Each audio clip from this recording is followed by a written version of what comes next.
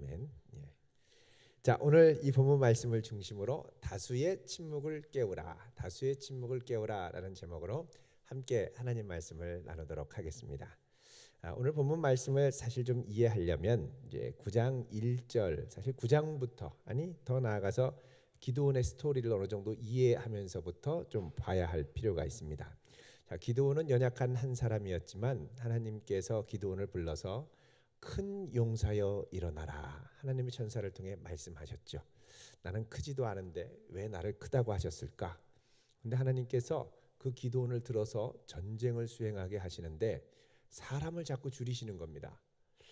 미디안 적군이 13만 5천 명인데 나팔을 불어서 모여온 3만 2천 명의 백성들 가운데 두려워 떨고 무서운 자들을 돌아가라고 그래라. 그래서 그렇게 얘기했더니 2만 2천 명이 돌아가고 1만 명이 남고, 또 물을 핥아먹는 사람들을 또 가려냈더니 딱 300명이 남습니다.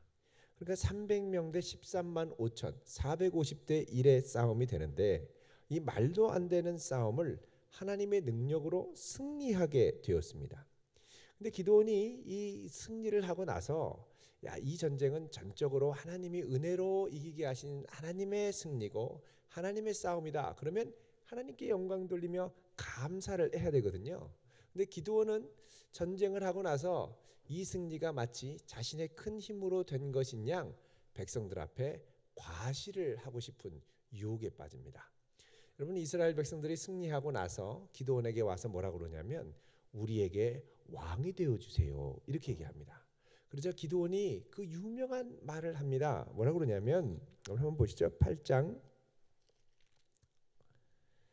23절 같이 읽어보겠습니다. 시작. 기드온이 그들에게 이르되 내가 너희를 다스리지 아니하겠고 나의 아들도 너희를 다스리지 아니할 것이요 여호와께서 너희를 다스리시리라 하니라. 아멘. 자, 내가 너희들을 다스리지 않고 나의 자녀들도 너희를 다스리지 않고 오직 여호와 하나님만이 너희를 다스릴 거다. 얼마나 겸손하고 귀한 고백입니까? 그런데 이 말을 하고 기드온이 백성들에게 조금 이상한 얘기를 하는 거예요. 24절에 읽어볼게요. 시작. 기드온이 또 그들에게 이르되 내가 너희에게 요청할 일이 있으니 너희는 각기 탈취한 귀고리를 내게 줄지니라 하였으니 이는 그들이 이스마엘 사람들이므로 금 귀고리가 있었더라. 아멘. 여러분, 기드온이 나는 너희들을 다스리지 않고 하나님이 다스릴 거야 얘기한 다음에 그런데 한 가지 좀 부탁 좀 하자.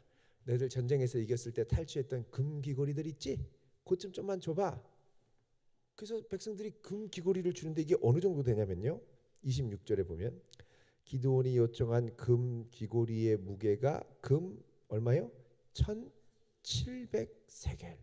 엄청나게 많은 양인데 이걸 갖고 기드온이 뭘 만드냐면 27절 그 금으로 에봇 하나를 만들었다는 겁니다.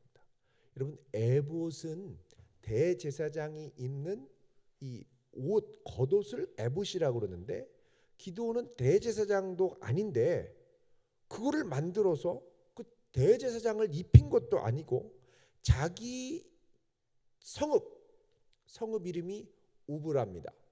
이 오브라에 그냥 전시를 해둔 거예요. 기드온이 승리하고 금귀고리로 만든 에봇. 그러니까 에봇의 본래 목적에 벗어나서 그 경탄의 눈으로 보며 숭배할 거리로 만들어 버린 거죠. 그랬더니 27절에 그것을 음란하게 위함으로 그것이 기드온과 그의 집에 올무가 됐다는 겁니다. 그러니까 기드온이 이거 끝까지 하나님이 하신 거야 하고 영광 돌리는 것 같지만 뒤끝이 있는 거죠. 야, 그런데 내가 좀 잘한 것도 있는 것 같은데 너희들 그렇게 생각하면 금귀고리 좀 줘봐. 금귀고리 왕창 주니까 그걸로 에봇을 만들어서 자, 기드온의 상징적 승리 기념물, 뭐 나한테 굳이 경배하라는 건 아니지만 자, 이거 정말 대단한 하나님의 능력이야. 그리고 백성들이 거기 가서 음란하게 절하도록 이상한 야리꼬리한 분위기를 이스라엘에 만들어 놨다는 거예요.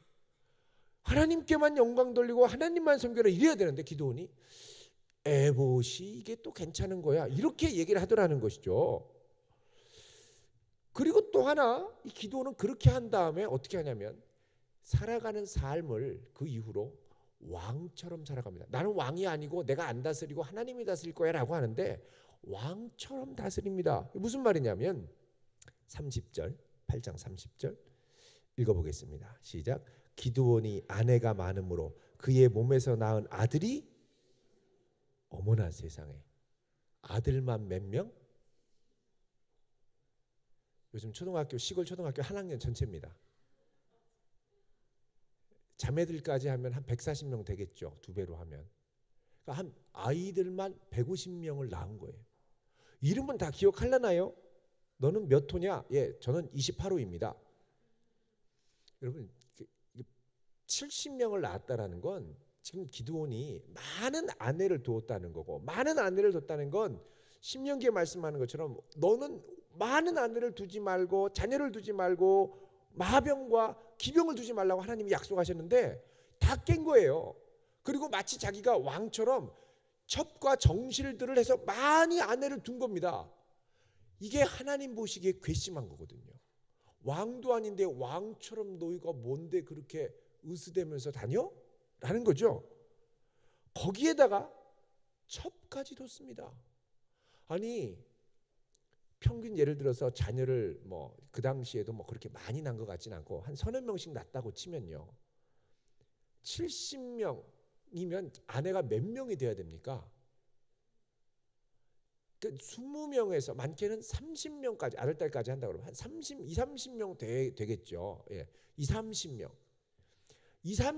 된 것도 아내가 30명 되는 것도 모자라서 첩까지 둡니까?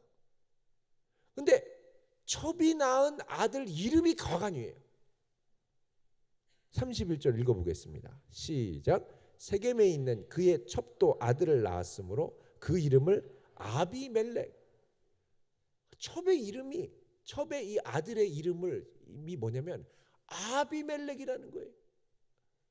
이게 무슨 뜻이냐면 아비가 멜렉이다 이런 뜻입니다. 내 아버지가 멜렉이다. 여러분 멜렉이라는 말은 왕이란 뜻입니다. 아비는 my father입니다. 나의 아빠. 그러니까 아비멜렉은 뭐예요? 나의 아빠는 왕이야. 그럼 나의 아빠가 왕이면 나는 뭐예요? 왕자. 그러니까 지금 기드온이 자녀들한테 심어줬던 인식, 자녀들한테 심어줬던 그 의식은 뭐냐면 기드온은 정식으로 왕은 아니지만 거의 왕과 같은 존재라는 거죠. 이스라엘 안에.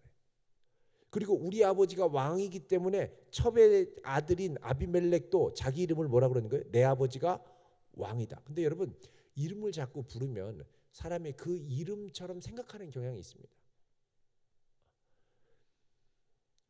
여러분 이름 중에 뭐 여러 가지 이름이 있지만 예를 들면 아비멜렉 내 아버지는 왕이다. 그러니까 예를 들면 내 아버지는 왕이다야 밥 먹어라. 내 아버지는 왕이다야 학교 갈까? 내 아버지는 왕이다냐? 너의 아버지는 누구야? 왕이지. 그러면 어떻게 되냐면 자기도 모르게 왕이 되고 싶어하는 마음을 품는다는 거죠. 그래서 이 아비멜렉이 이제 서자니까 서름을 당하지 않았겠습니까? 나머지 정식 부인내에서 난 형제들로부터. 그러니까 자기 이름 내 아버지가 왕인데 내가 이렇게 서름을 당할 수 없지라고 생각을 하면서 드디어 모략을 꾸미기 시작합니다. 무슨 모략을 꾸미냐면 2절에 9장 1절에 보면 여룻발의 아들 아비멜렉이 첩의 아들이죠. 아비멜렉이 세겜에 가서 세겜 거기 그의 어머니 형제들에게 얘기를 합니다. 자기 어머니 이 첩이죠. 기드온의 첩의 고향이 이 세겜입니다. 여러분 세겜은 옛날에 야곱의 우물도 있고 세겜에서 이렇게 딱 보면 그 사마리아성 수가성 여인이 있던 그 우물도 있고요.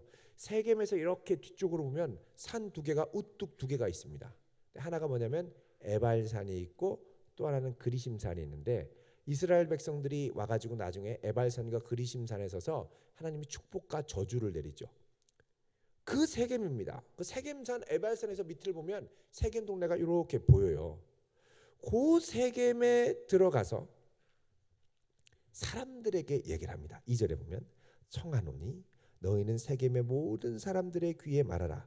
여룹바알의 아들 70명의 다 너희를 다스림과 한 사람이 너희를 다스림이 어느 것이 너희에게 나으냐?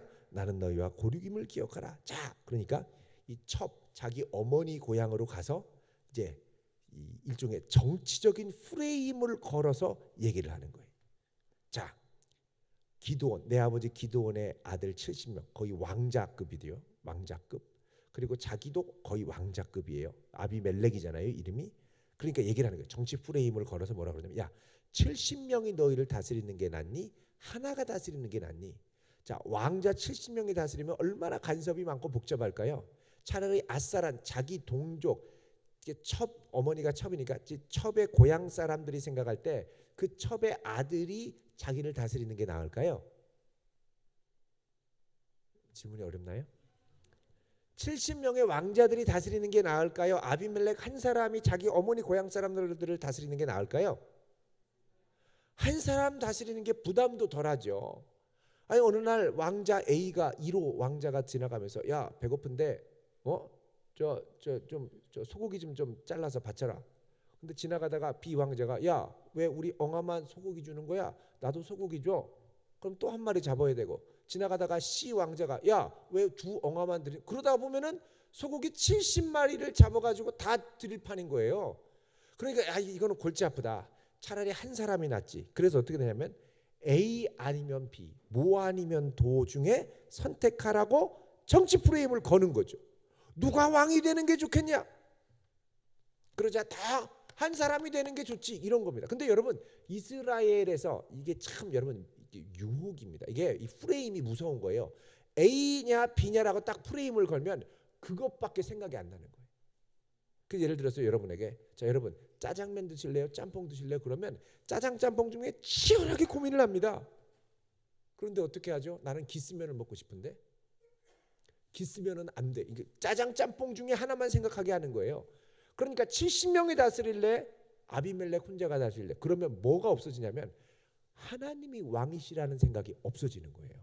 하나님이 이스라엘의 왕이 되어야 되는데 그 생각을 배제하고 누가 다스릴래라고 그러는 거죠. 그러자 모두가 아비멜렉이 좋아요. 그러자 아비멜렉이 여기에 힘을 얻어서 신전에 가서, 4절에 보면 신전에 바알불이 신전, 그러니까 여기랑 정치적 세력으로 뭔가 결탁을 한 것 같아요. 거기 가서 뭘 했냐면 은 70개 73개를 받아가지고 와서 한 세겔이 노동자 이제 그 하루의 일감이라고 그러면 은 한 세겔이면 더 비싼 거죠. 근데 이거를 갖고 70명의 조폭을 산 거예요. 그리고 조폭을 갖고 와서 조폭을 데리고 가서 은 70개로 그 형제 70명을 모아놓고 거기 가서 싹 다 이 70명을 죽여버리는 거예요. 조폭을 동원해서. 잔인한 거죠. 내가 왕이 돼야 되겠다는 거예요. 그래서 싹 다 죽여버리고 왕이 됐고 모든 사람들이 환호하면서 와, 아비멜렉 왕이다 지금 이러고 있는 겁니다. 자, 이때 아비멜렉이 왕 행세를 하려고 하고 있는데 이제 형제 70명이 죽는데 69명이 죽고 한 사람이 살아났어요. 이렇게 다 죽을 때 꼭 살아남는 한 사람이 있게 마련입니다. 여러분, 항상 이 영화의 주인공이 꼭 살아남지 않습니까? 여러분도 항상 모두 다 죽을 때 꼭 살아남는 사람들이 되시길 바랍니다. 학교에서 대화제가 났습니까? 여러분은 꼭 살아남으시길 바랍니다. 아멘도 없으시고 그냥 천국 가시려면 가세요. 근데 이 한 사람이 살아남는 게 중요해요. 한 사람. 그 한 사람이 살아남는데 누가 살아남았냐면 요담이 살아남아요. 요담이 살아남아서 와가지고 이스라엘 백성들한테 얘기를 합니다. 여기 보면은 그리심산으로 올라가서 큰 소리로 얘기를 하죠. 7절에 그리심산 꼭대기로 가서 외칩니다. 뭐라 그러냐면 세겜 사람들아, 내 말을 들으라. 으라으라으라으라으. 저 멀리서. 여러분, 그 세겜까지 들리려면요 엄청 소리가 끊어지도록 외쳐야 됩니다. 진짜 멀거든요. 들으라 으라으라으 그러면서 하면서 사람들이 이게 뭐야 하고 하나둘씩 주섬주섬 나와서 그 위로 올라가겠죠. 그게 갔더니 이 요담이 하는 말이 있는 거예요. 그게 그 유명한 나무의 비유입니다. 나무 비유. 자, 옛날 아주 먼 옛날에 나무 삼형제가 살았습니다. 뽕나무, 참나무, 대나무가 아니라 감람나무, 포도나무, 그리고 또 하나 무화과나무였습니다. 자, 감람나무 나무들이 다 와가지고 감람나무한테 가서 얘기하는 거야. 나무야, 나무야, 감람나무야. 왜? 너 우리를 위해서 왕이 좀 되어줄래? 그랬더니 감람나무가 하는 말이 9절 읽어보겠습니다. 시작. 감람나무가 그들에게 이르되 내게 있는 나의 기름은 하나님과 사람을 영화롭게 하나니 내가 어찌 그것을 버리고 가서 나무들 위에 우쭐대리요. 예? 자, 여러분, 이 감람나무한테 왕이 되달라고 그러면 우리 같으면 어유 뭐 좋지 뭐, 그리고 못 이기는 척 왕이 될 수도 있지 않겠습니까? 근데 감람나무가 대답하는 게 뭐냐 하면, 야, 내가 지금 감람 기름을 짜서 내잖아. 이 기름은 하나님과 사람을 영화롭게 하는 건데 이 귀한 사명을 내가 어떻게 버리고 왕이 된다는 거야. 더구나 그 당시에 왕이 있으면 안 되는 시대예요. 하나님이 진정한 왕이 되는 시대인데 나는 하나님이 내게 주신 기름 짜는 사명만 잘 감당해도 부족해. 이렇게 얘기하는 거죠. 그러니까 나무들이 또 모아가지고 어디로 가냐면 무화과 나무한테 갑니다. 나무야, 나무야, 무화과 나무야, 우리를 위하여 왕이 되어줄래? 그러자 무화과 나무가 11절에 뭐라 그러냐면, 무슨 소리? 나는 지금 무화과 열매 아름답게 이 열매 맺는 것도 정신이 없는데 어떻게 이거 놔두고서는 가가지고 나무들 위에 우쭐거리면서 내가 왕이네 하면서 그렇게 얘기할 수 있어?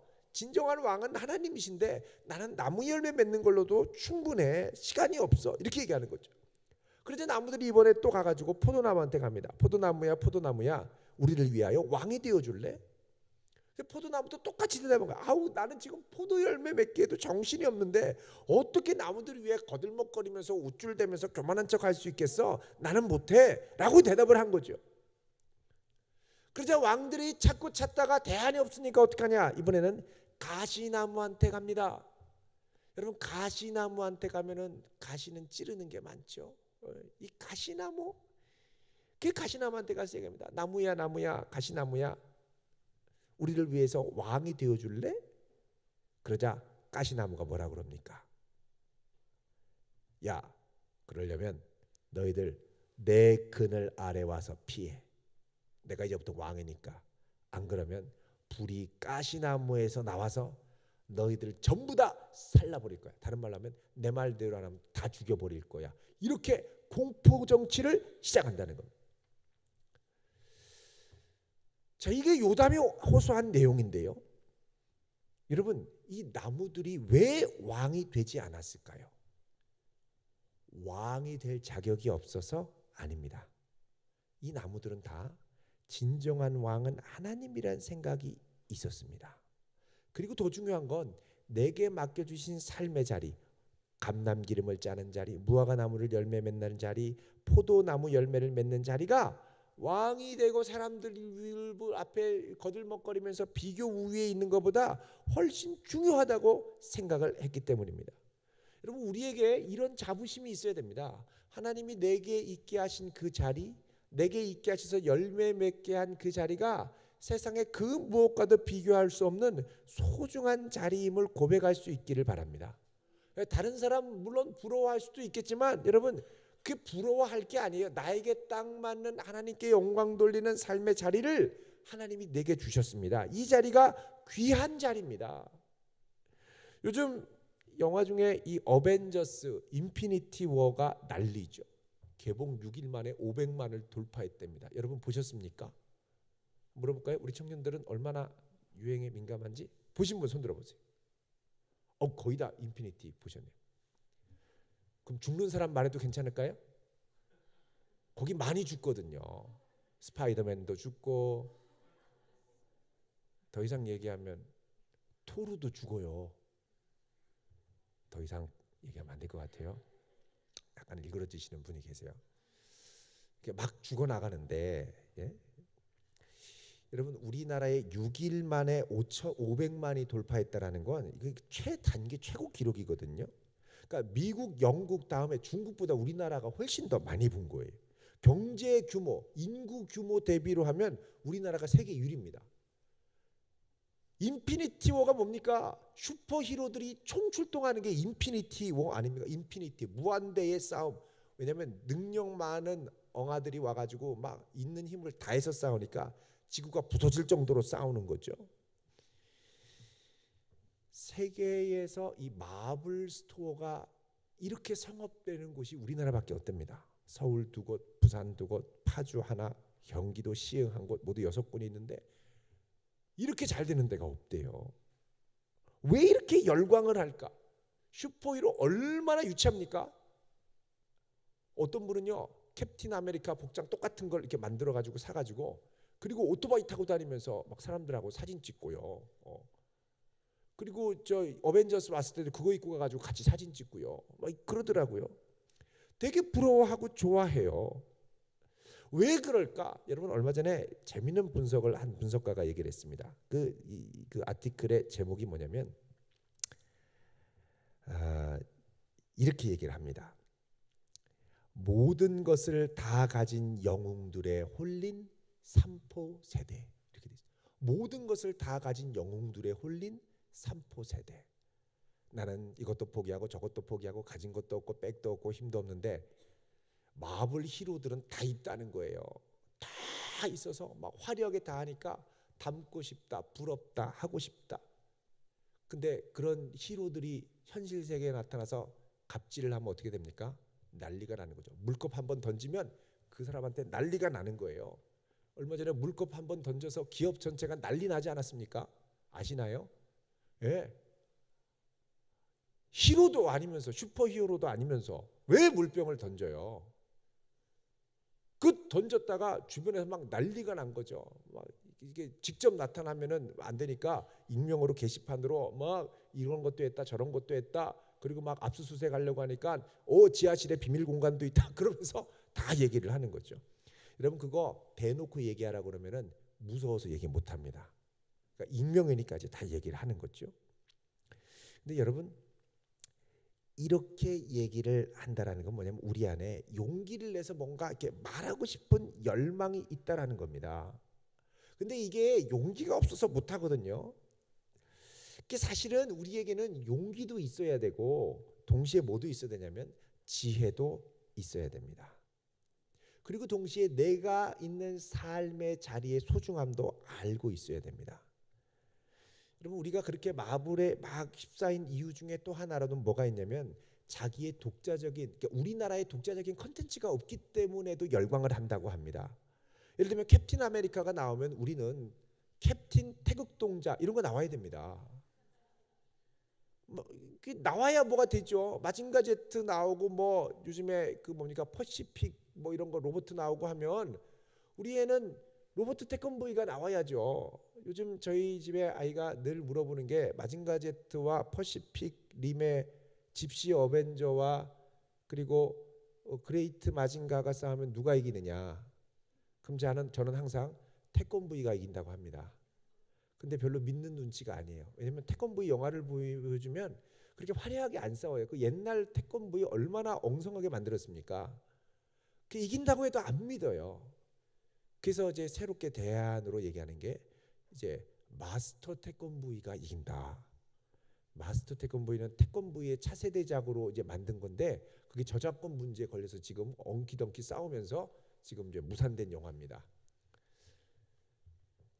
여러분 이게 독자적인 컨텐츠가 없으면 이게 휩쓸리게 돼 있습니다. 다른 말로 하면 여러분 내게 주신 하나님의 삶의 자리, 무화과 나무의 자리, 포도나무의 자리, 감람나무의 자리 이게 나에게 귀한 것이고 너무 주신 것에 감사하고 이걸 통해 내게 하나님께 영광 돌리기에도 정신없고 바쁘다. 여러분 이 마음을 갖고 우리에게 주신 현장을 갖고 가야지.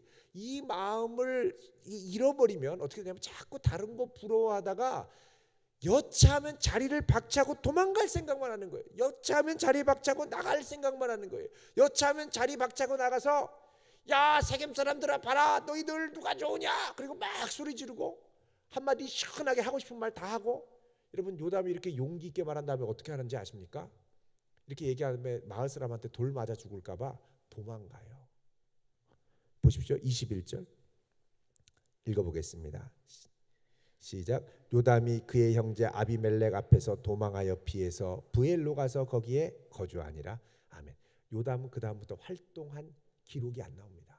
다른 말로 하면 무슨 말이냐?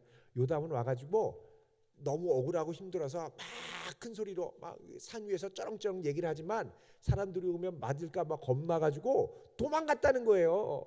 그러니까는 현실에 얘기할 용기는 있지만 이걸 지혜롭게 풀어갈 지혜는 없었다는 거죠. 이런 거 보면 여러분, 우리에게 불의를 묵인하지 않고 용기 있게 외칠 이 외침도 필요하지만 사실은 이 외침에 뒤따르는 지혜로운 문제 해결의 지혜, 문제를 해결할 수 있는 지혜도 필요합니다. 그런데 여러분, 이 요담이 외친 말을 보면 이게 용기는 있지만 지혜로운 통찰은 아니라는 걸 알 수가 있습니다. 자, 여러분 16절에 보면 이렇게 말씀합니다. 자, 이제 너희가 아비멜렉, 저 첩의 아들 아비멜렉을 세워서 왕으로 삼았는데 너희가 행한 게 과연 진실하고 의로우냐? 이게 선대한 여룻바알 기드온의 집과 그의 집을 선대하는 게 맞냐? 그러면서 17절에 이렇게 얘기를 합니다. 시작.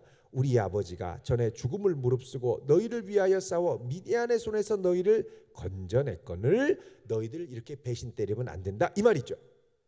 다른 말로 하면 여러분, 우리 아버지가 전에 죽음을 무릅쓰고 너희를 위해 싸워 미디안의 손에서 건져냈다. 이게 그런데 너희들이 이렇게 할 수 있어 라는 논리인데, 사실 이걸 조금 더 정직하게 영적으로 보면 기드온이 이스라엘을 구원한 게 아닙니다. 기드온은 하나님의 도구가 됐을 뿐이고 하나님이 싸워 이기셔서 구원하신 거예요. 하나님이 싸워서 이기셨는데 요담의 고백에는 하나님의 승리에 대한 언급이 전혀 드러나지 않습니다. 만약에 요담이 하나님을 신뢰했다면 연설 가운데 분명히 하나님을 언급했고 그들에게 회개를 촉구하고 하나님께 돌아오도록 얘기했을 겁니다. 근데 자기 억울한 것만 얘기하고 도망가고 사라지는 거예요. 그러니까 여러분, 우리 안에 하나님을 신뢰하지 하는 마음이 없으면 용기가 잠깐 있다 하더라도 잠깐 반짝하다가 사라지는 겁니다. 여러분, 오늘날 혼란스러운 풍조 가운데 우리가 끝까지 믿음을 지키며 하나님을 신뢰하며 나가야 됩니다. 물론 세상에 어지러운 소식들이 많고 정치적으로도 어지러운 막 서로 거짓말하고 비방하고 많이 있죠. 여러분, 그 프레임에 절대 걸려들지 마시고 우리는 하나님의 관점으로 이 나라를 이끄시는 하나님의 관점으로 모든 것들을 생각해야 할 것입니다. 하나님이 역사하셔야 되는 거예요. 여러분, 무조건 부딪히는 게 능사가 아닙니다.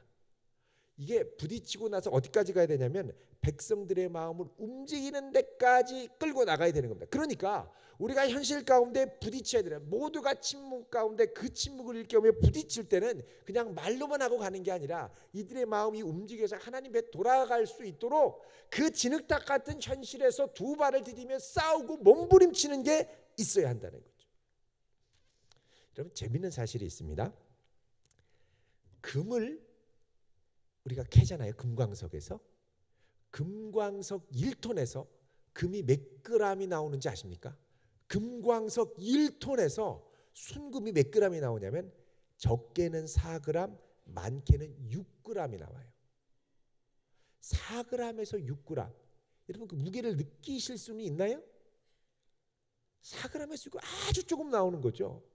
그런데 놀라운 사실은 전자제품 못 쓰는 거 있죠. 오디오 부서진 거, 컴퓨터 부서진 거, 회로 기판 부서진 거, 그거는 1톤에서 금이 몇 그램 나오는지 아십니까? 400g이 나옵니다. 일반 그 금광석의 100배. 전자제품 모집할 만하죠. 수거할 만하죠. 근데 이제 과정은 되게 복잡하다고 합니다. 이게 무슨 말이냐면 여러분, 우리의 너저분한 현실을 피해서 산으로 도망가면 뭔가 멋지고 괜찮은 대안이 있을 것 같지만 너저분한 현실 가운데 두 발을 디디며 기도하며 그 현실 가운데 하나님을 구할 때 거기에 감추어진 놀라운 은혜와 복이 많이 있다라는 겁니다.